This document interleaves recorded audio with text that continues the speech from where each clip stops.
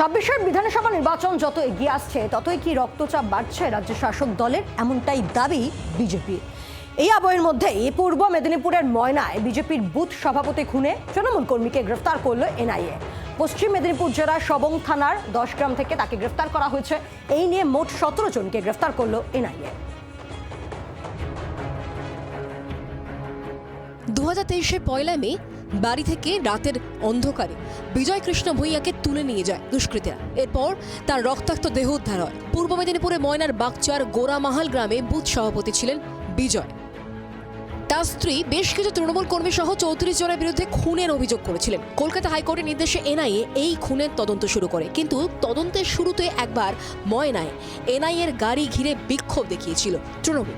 এখনো পর্যন্ত অভিযুক্তদের অনেকেই গ্রেফতার হলেও পলাতক আরও বেশ কিছু অভিযুক্ত।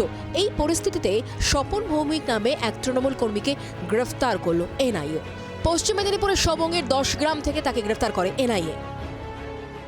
আমাদের মন্ত্রী মানস মিয়ার এলাকা, সেই এলাকায় যেমন জঙ্গিরা লুকিয়ে থাকেন, উনি তাকে লুকিয়ে রেখেছিলেন, কিন্তু এনআইএ তাকে খুঁজে বের করেছে।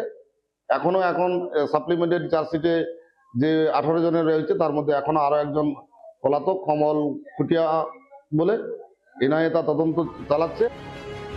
তৃণমূলের অভিযোগ, ভোটের দিকে নজর রেখেই এই গ্রেফতারি। এনআইএ বিরুদ্ধে অত্যাচারের অভিযোগ করেছে তারা। প্রতিদিন ভগবানপুর বিধানসভা কেন্দ্র, ময়না বিধানসভা কেন্দ্র, বিভিন্ন তৃণমূল কংগ্রেসের সমর্থক নেতৃত্বদের তারা নোটিশ করছেন, ডাকছেন। ঘটনার অনেক দিন গড়িয়ে গেছে। রাজনৈতিক উদ্দেশ্য প্রণোদিতভাবে যখন যাকে মনে হচ্ছে তাকেই তারা এনআইএ নোটিশ পাঠাচ্ছেন। বিজেপির অভিযোগ, এটা ছিল পরিকল্পিত রাজনৈতিক হত্যা। তৃণমূলের পাল্টা প্রশ্ন, 1.5 বছর ধরে এনআইএ কি করছিল? ভোটের আগে রাজনৈতিক ষড়যন্ত্র চলছে বলে শাসক দলের অভিযোগ। পূর্ব মেদিনীপুর থেকে কিরণ মান্নার রিপোর্ট, জি 24 ঘন্টা। বাংলার আওয়াজ, বাঙালির আবেগ, জি 24 ঘন্টা।